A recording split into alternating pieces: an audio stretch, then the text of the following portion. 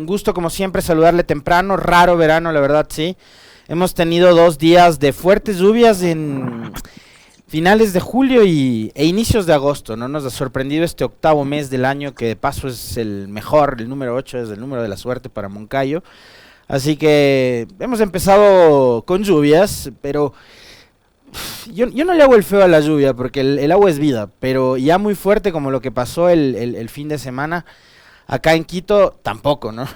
O sea, mientras ayude a evitar que ocurran incendios forestales y cosas por el estilo, en buena hora, que el agua es vida, sí, que riega los campos, etcétera, en buena hora también, ¿no? Pero ya la lluvia del fin de semana fue bastante fuerte, tanto es así que ha generado muchos estragos en la zona norte de la ciudad. Tengo entendido que hay al menos una veintena de viviendas, de casas, de infraestructuras que están en mal estado, averiadas o que han sufrido daños por efecto de las lluvias.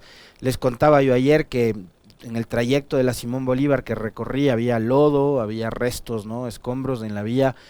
Ojalá puedan limpiarla y ponerla completamente despejada la vía esta, Simón Bolívar, que nos conecta con el norte extremo de Quito, la mitad del mundo, San Antonio, Pomasqui, y que a la vez también se convierte en una vía de desfogue para el turismo, ¿no? Que va hacia el noroccidente, la zona del Choco Andino, etcétera.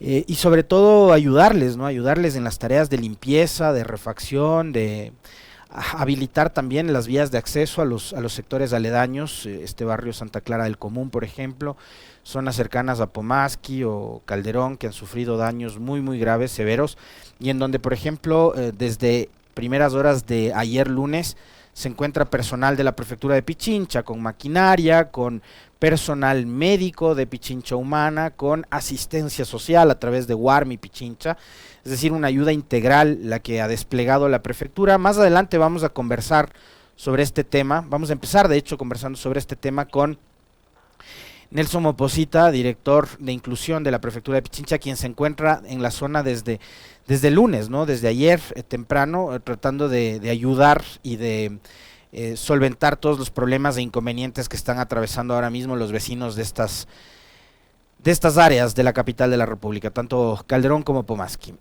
Antes, hoy, martes 2 de agosto del 2022, enviarles un fuerte abrazo y el saludo como cada mañana para absolutamente todos quienes están conectados con la señal de Radio Pichincha. En FM, recuerda, estamos en 95.3 y 94.5 en todo el territorio de esta maravillosa, hermosa y guapa provincia que tenemos, que es Pichincha. Llegamos también en FM hasta Manabí, Santo Domingo, Esmeraldas, Cotopaxi e Imbabura, y en el resto del país y en el mundo entero, no solo que nos pueden escuchar, sino ver a través de la señal que generamos en nuestras plataformas digitales, nuestro canal de YouTube, nuestra fanpage en Facebook, nuestro Twitter, en todas las redes sociales nos va a encontrar como Radio Pichincha. Así que recuerde, estamos en absolutamente todas estas plataformas digitales para llegar hasta ustedes, ¿no? Gracias también de paso por compartir en sus muros, en sus redes sociales, nuestros enlaces, nuestros links, para hacer de esta una comunidad cada vez más grande y tener una audiencia muy importante como la que tenemos en este momento en Radio Pichincha.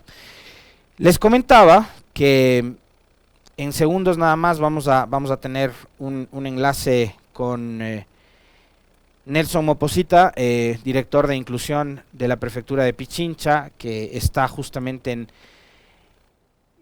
en las zonas que fueron afectadas durante las fuertes lluvias que ha soportado Quito durante la tarde del domingo, pero también la tarde de ayer, ¿no? Porque ayer cayó nuevamente un fuerte aguacero en la capital de la República. Y esto ha provocado desbordamiento de quebradas en algunos sectores, principalmente en esta zona que yo les mencionaba hace un momento, en Pomasqui, en Calderón, en Llano Grande. Ha habido desbordamientos de quebradas, la lluvia ha arrastrado obviamente todo lo que encontraba a su paso, lodo, rocas, piedras, basura, que para variar también hay en nuestras quebradas, ¿no? Y se han registrado inundaciones en sectores como Calderón, Santa Clara del Común y Llano Grande, ¿no? Ahí, como les manifestaba hace un momento, desde ayer lunes está personal de la prefectura de Pichincha con maquinaria, con volquetas, con palas para limpiar toda esta zona que ha resultado afectada, y también, claro, para dar asistencia desde el punto de vista médico y social, ¿no? Ahí está personal de Pichinchumana, médicos, médicas, enfermeras, enfermeros, y también asistencia social a través de el personal de Guarmi Pichincha para las personas que han resultado afectadas o que han sido damnificadas después de las fuertes lluvias de domingo y lunes. No tenemos todavía el enlace, o ya está. Y está Nelson Moposita desde el lugar, él es director de inclusión de la prefectura de Pichincha. Nelson, ¿cómo estás? Muy buenos días. Primero, repórtame si me escuchas con claridad. Sí, por supuesto, está muy clara la señal. Muy bien. Nelson, cuéntanos un poco en dónde estás, qué es lo que ustedes encontraron a primera hora al momento de llegar desde ayer, que la prefectura de Pichincha se hizo presente en esta zona que fue afectada tras las lluvias fuertes del pasado domingo. Bueno, en conocimiento de que el día domingo se suscitaron fuertes precipitaciones en la parte norte de la ciudad, resultando afectadas las parroquias de Calderón y Pomasqui, y entre estas dos parroquias se encuentra este barrio que se llama Santa Clara del Común.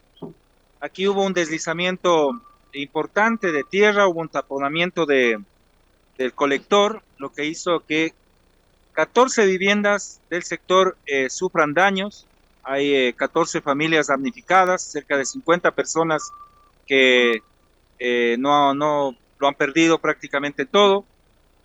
El acceso principal de Santa Clara del Común está prácticamente taponado, ya con las labores del día de ayer de la prefectura de Pichincha, con la maquinaria, con el personal también que vino a remover los escombros manualmente. Algo se alivianó, pero con el aguacero de ayer volvió a removerse la arena y a taponarse el acceso principal de Santa Clara. Hoy estamos un contingente de 40 personas aproximadamente, funcionarios del gobierno provincial con palas, con escobas, con muchas ganas de trabajar, de apoyar. Hay mucho que hacer, ¿cierto? Hay taponamiento de 14 viviendas. Lo que se pretende hoy es también con el apoyo de la maquinaria del gobierno provincial y también la maquinaria del municipio que se encuentra en el lugar. Vamos a intentar hacer todo lo posible para que en el transcurso de hoy podamos desalojar la arena que está prácticamente taponando las 14 viviendas, ¿no? También tenemos, como ya mencionaste, personal de Guarmi Pichincha. Lógicamente hay gente que lo ha perdido todo, ¿no es cierto? Hay un impacto psicológico sobre las personas. Está aquí también Pichinchumana para servir la atención médica a los ciudadanos. Hemos traído también, por supuesto, expresado nuestra solidaridad. Hemos dotado de víveres, alimentos para la cocina común que se ha implementado en el sector. Colchones también hemos dotado a las familias damnificadas, así que vamos a estar todo el día aquí, nos mantendremos todo el día haciendo todo lo que podamos hasta poder conseguir el objetivo de desalojar estos escombros producto de las fuertes precipitaciones de las últimas horas. Nos decía Nelson que en las próximas horas esperan concluir con las tareas de limpieza, súper importante. ¿Qué tipo de daños son los que han sufrido las viviendas, por un lado, Nelson, y por otro, qué es lo que se requiere para poder atender a las personas? Ayer me decían se necesita complejo B, por ejemplo, para las personas que han resultado afectadas. ¿Con qué se puede ayudar? Bueno, lo que vamos a hacer es ahora con el personal humano que tenemos, con el recurso humano que hemos traído de la prefectura, vamos a limpiar el lodo que ha ingresado a las viviendas, ¿no? Vamos a hacer ese trabajo manual. Ahí no entran las máquinas, ya está el personal en las 14 viviendas a lo largo de Santa Clara del Común. La idea es hacer ese trabajo manual, remoción del lodo que ha ingresado a las viviendas. Los daños son todos los enseres se han perdido, así que la solidaridad en estos momentos, como nos caracteriza a todos los quiteños, a los ecuatorianos, hacernos presente aquí, Hay familias que lo han perdido absolutamente todo, no tienen dónde dormir, los electrodomésticos se han perdido, el lodo ha llegado a un nivel de 50 centímetros, realmente eso ha hecho que algunas viviendas colapsen. Y pues claro, es importante el complejo B, estamos en una zona bastante fría, es más, en este momento hay mucho frío, estimo yo unos 8 grados centígrados, hay bastante frío, aquí hay personas adultas mayores, hay niños, hay mujeres embarazadas que necesitan del apoyo, de la atención médica y por supuesto de la solidaridad de todos, ¿no? Gracias, Nelson. Queremos recalcar el trabajo tan importante, solidario, como ocurrió en enero, también el 31 de enero, en el aluvión de la Gasca, de la comuna. Hoy la prefectura de Pichincha también se ha hecho presente en esta zona del común, cerca a Pomaski y a Calderón. Muy gentil, Nelson, gracias por haber atendido nuestra invitación. Muchas gracias a ustedes, a las órdenes. Bien, era Nelson Moposita, director de inclusión de la prefectura de Pichincha. Ahí ven ustedes imágenes del trabajo que está desarrollando la maquinaria y el personal de la prefectura. El invierno con Quito se empecinó este año, ¿no? Increíble, 2022, las lluvias, lo que nos ha dejado. Veíamos el fin de semana la cobertura que hacía Radio Pichincha después de los 6 meses de la misa, ¿no? De la comuna, donde se perdieron vidas, donde todavía hay cosas que no están resueltas del todo, fíjense ustedes, siguen siendo una deuda pendiente de las autoridades municipales, en este caso la limpieza de las quebradas. ¿Qué es lo que está pasando con las quebradas de Quito? ¿Cuántos aluviones más? ¿Cuántos colapsos más? ¿Cuántas tragedias más vamos a tener que tolerar y que soportar los quiteños para que finalmente las autoridades, en este caso municipales, cumplan con su labor y con lo que tienen que hacer, ¿no? Sobre todo garantizar buenos servicios a los ciudadanos, pero también seguridad. Y la seguridad no es únicamente evitar que a usted le roben, le asalten, la seguridad también es esto, es evitar que cuando existan lluvias muy fuertes, colapsen las quebradas y se ocasionen los daños que estamos viendo, ¿no? Lo que nos cuenta Nelson Moposita es muy triste, son 14 viviendas afectadas, familias que nos ha dicho lo han perdido todo porque la altura del lodo ha llegado hasta los 50 centímetros, fíjense, y hoy estamos nuevamente enfrentando una emergencia como esta, tras las fuertes lluvias que ha soportado Quito en las últimas horas.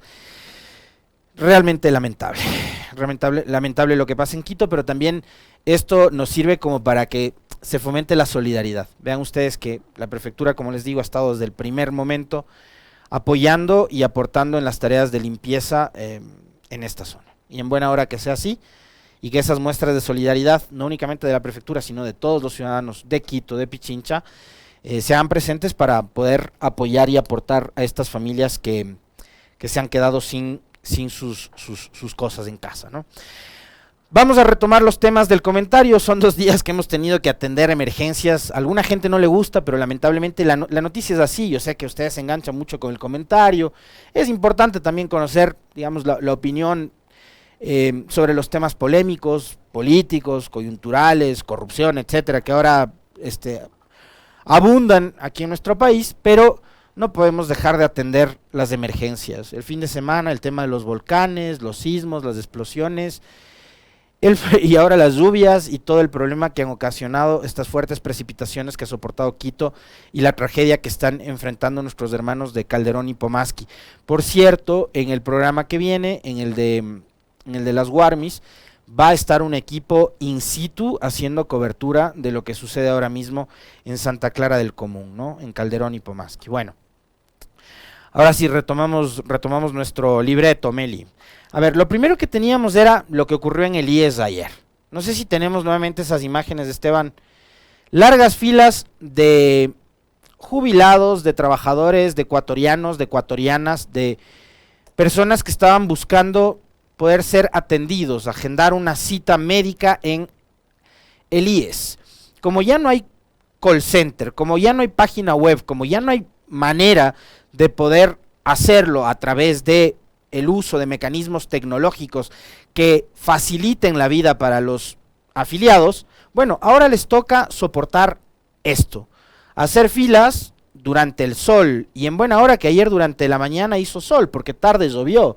Les hubiera tocado soportar lluvia, como les trataron de mal durante la etapa de vacunación en el gobierno de Lenín Moreno. ¿Se acuerdan que incluso a personas adultas mayores, mujeres con niños en brazos, les tenían haciendo filas para poder vacunarse?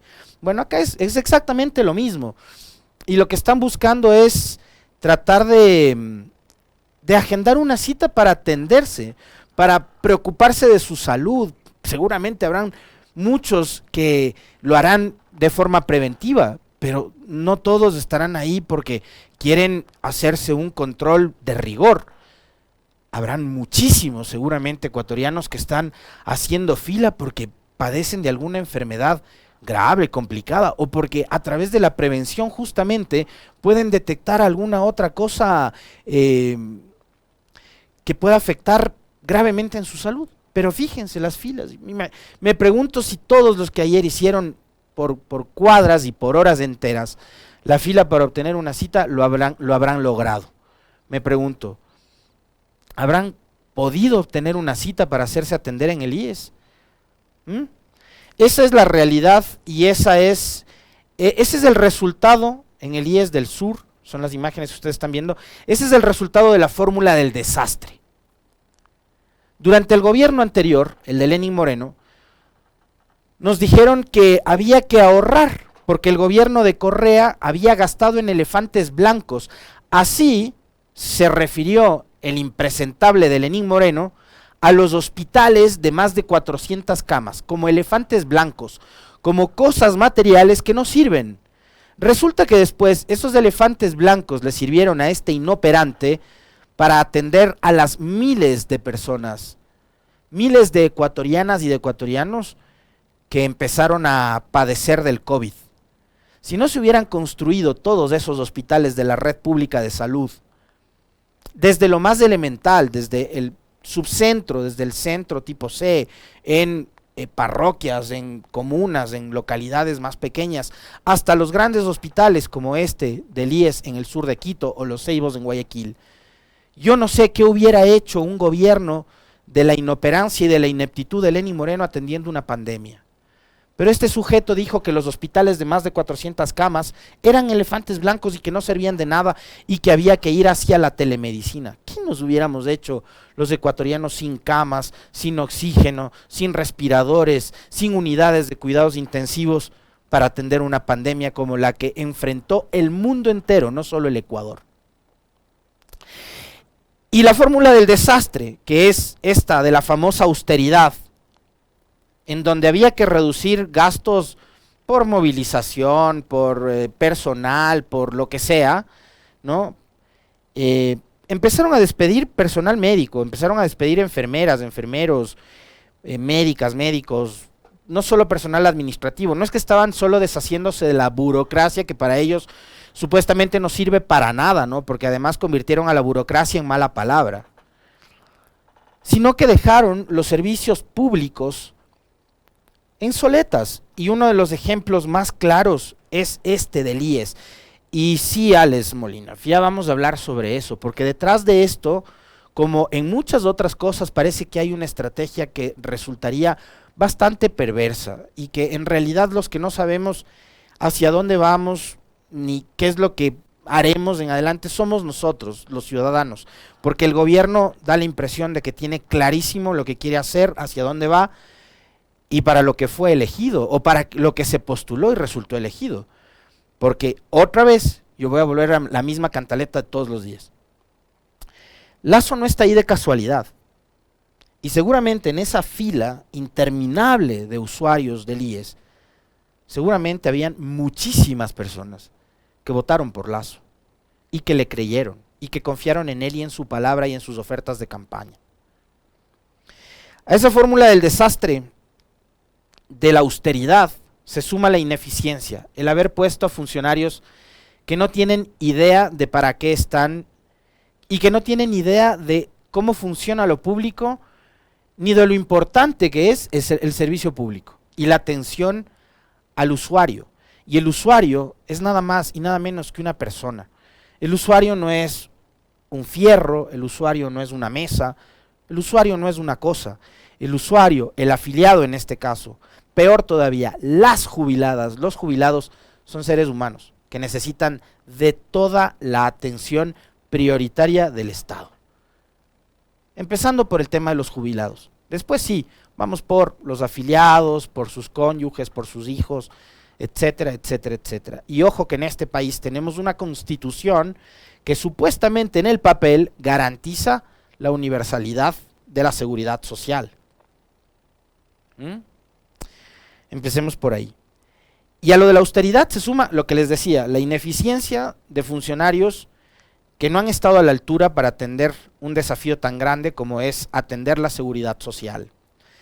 Reforzar la seguridad social, una seguridad social que se vio muy afectada también por la pandemia, no únicamente por la cantidad de servicios que tuvo que dar, sino porque a partir de la crisis que provocó la pandemia, crisis que después se reflejó en lo económico, obviamente eso implicó en tener cada vez menos afiliados, cada vez menos trabajadores que cotizaban y que ayudaban a que el IES pueda solventar los gastos de los jubilados y de las cónyuges, etcétera, hijos y demás, ¿no? Familiares. No se ha resuelto ese problema. Y el problema está ahí, porque la pandemia nos provocó un drama, no únicamente desde el punto de vista sanitario y desde la salud, sino también desde lo económico. Se perdieron una infinidad de plazas de trabajo, lo que significó que el IES obviamente deje de contar con el aporte de miles de trabajadores. Y había que solucionar eso. Y no buscaron soluciones. Se viene hablando desde hace muchísimo tiempo atrás, y esta probablemente sea una deuda que arrastra la Revolución Ciudadana, que no se hicieron reformas puntuales al IES cuando debieron hacerlo, cuando tenían además toda la capacidad y el espacio de gobernabilidad para hacerlo. Tenían una asamblea de 100 y podían haber operado desde ahí una reforma a la seguridad social que garantice la sostenibilidad de todo el sistema. Y ese justamente es uno de los mayores problemas, el de la sostenibilidad. Y el IES, la seguridad social, se sostiene con los trabajadores activos que podemos aportar cada mes, que podemos cotizar cada mes y que podemos garantizar que nuestras abuelas, que nuestros abuelos, que los jubilados, que las jubiladas puedan tener acceso a sus pensiones y a atención en salud. Pero mientras, ya vieron ustedes, había una fila de ciudadanos esperando por atención. ¿Qué era lo que decía el presidente del directorio del IES? ¿Tenemos ese video, Esteban? Son las colas interminables en el IES del Sur y en otros lugares por el call center que dijo que no trabaja más, que inclusive le quita la plataforma, aquí en el IES de Vía Plata, etcétera. Ya, y luego lo veo de buen ánimo. ¿A qué se debe en semejante tormenta el buen ánimo? Mañana es el cumpleaños de mi esposa, entonces estoy contento por eso. Hay dos cosas que me llaman poderosamente la atención en este video. Una, obviamente, la que me indigna es la impavidez, la desidia y el quemeimportismo del señor Alfredo Ortega, representante del Ejecutivo ante el Consejo Directivo del IES. Le vale un carajo el que hayan miles de afiliados, de jubilados, haciendo fila para poder agendar una cita. ¿Por qué? Porque el señor está preocupado por el cumpleaños de su esposa. Y lo otro que me llama la atención es que Carlos Vera de esto se ríe. Y que no haya dicho, qué hijo de puta. Porque el otro día cuando Saquicela le dijo que estaba a favor de las reformas a la ley de comunicación, Carlos Vera le respondió con esa expresión. Qué hijo de puta. Y acá se murió de la risa. ¿Se dan cuenta cuáles son las prioridades de la gente que eligió a este gobierno, como Carlos Vera? ¿Y cuáles son las prioridades de la gente que gobierna? ¿No se dan cuenta ustedes de que se están riendo en sus caras? ¿De que se están riendo en nuestras narices? nos damos cuenta de que a ellos en realidad la vida de miles y miles de ecuatorianos les importa realmente un carajo. ¿Nos estamos dando cuenta de eso o no? Y ustedes me van a decir, no exageres, Alexis, es el cumpleaños de la esposa. Yo quiero que el Esteban y la Meli pongan una captura de pantalla de un tweet que circuló ayer, porque no solo es que estaban miles de personas esperando porque se agende una cita médica, ¿ya? También hay miles de personas que están esperando por medicina y por atención médica oportuna en el IES. Y a la que le pasa esto: mi padre muerto y deshumanizado, arrojado en una silla de emergencias del hospital del IES en Sangolquí.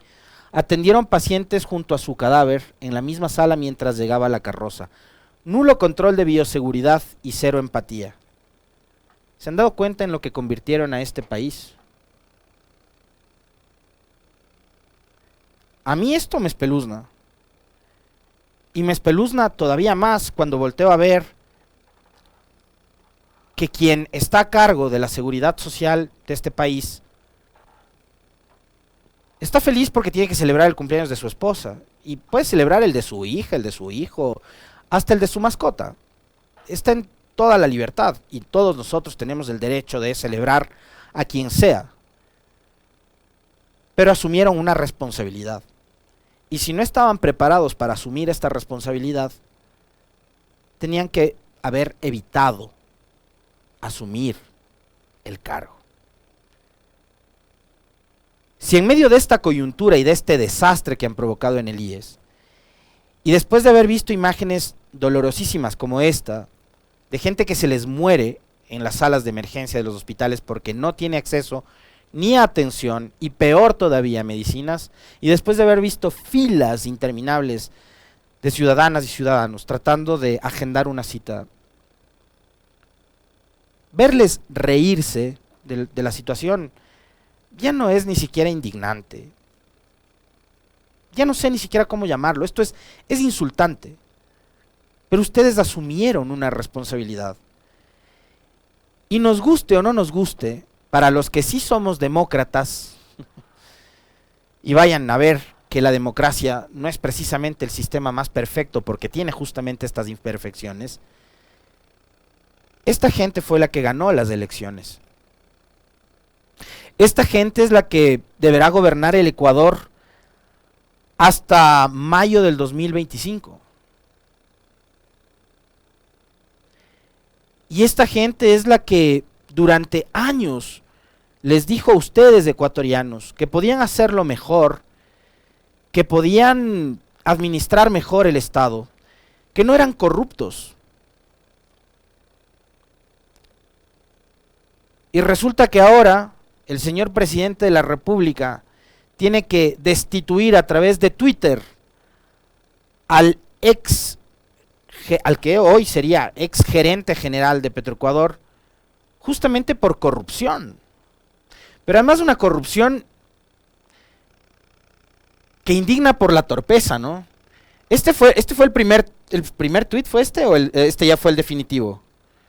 Esteban, ¿este fue el definitivo? Porque se equivocó, ¿no? Porque además el presidente tuiteó sin saber ni siquiera a quién estaba destituyendo. Porque el primer tuit decía ordenar al directorio cesar en sus funciones al presidente ejecutivo de la empresa y en las próximas horas designar a su reemplazo. Ese era el primer tuit.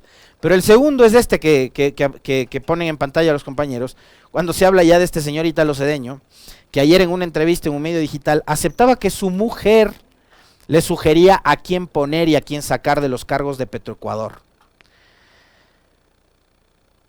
¿no? Y esto es tan gracioso como indignante, porque hace 2 semanas nomás Lazo decía que en su gobierno no hay nada de corrupción. Y ahí vemos cómo la corrupción empieza poco a poco a estallar también en sus caras. 7:30, profe, un fuerte abrazo, nos vemos nuevamente mañana con usted.